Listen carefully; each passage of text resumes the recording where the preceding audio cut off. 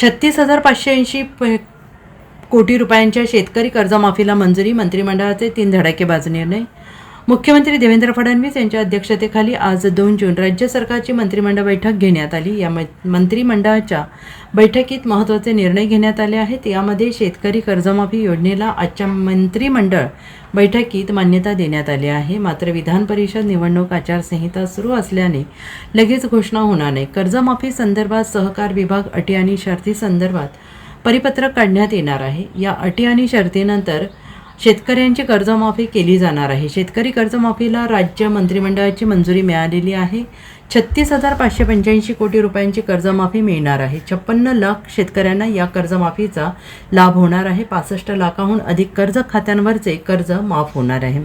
कर्जमाफीला मंजुरी मिळाली आहे, पण आचारसंहितेमुळे घोषणा करण्यात आलेली नाही. 2 लाख रुपयांच्या मर्यादेत अनेक शेतकऱ्यांना लाभ मिळणाऱ्या पुण्यश्लोक अहिल्याबाई होळकर कर्जमाफी योजनेवर आज शिक्कामोर्तब मंत्रिमंडळ बैठकीत करण्यात आला आहे. अर्थसंकल्पीय अधिवेशनात मुख्यमंत्र्यांनी घोषणा केल्यानंतर यासाठी समिती गठीत करण्यात आली होती. या समितीने आपला अहवाल मुख्यमंत्र्यांकडे सादर केल्यानंतर आज मंत्रिमंडळाच्या बैठकीत मान्यता देण्यात आली.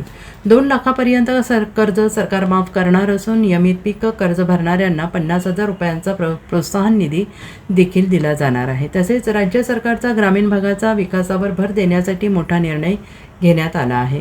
राज्य सरकार ग्रामविकास खाते आणि सार्वजनिक बांधकाम खात्याअंतर्गत येणाऱ्या विकास कामांसाठी कर्ज घेण्यात येणार आहे. ग्रामविकास खात्यासाठी 4,229 कोटी रुपये तर सार्वजनिक बांधकाम खात्यासाठी 1,000 दशलक्ष डॉलर एवढे कर्ज घेण्यास मंत्रिमंडळ बैठकीत मंजुरी देण्यात आली आहे. Bureau report, SBN Marathi, Mumbai.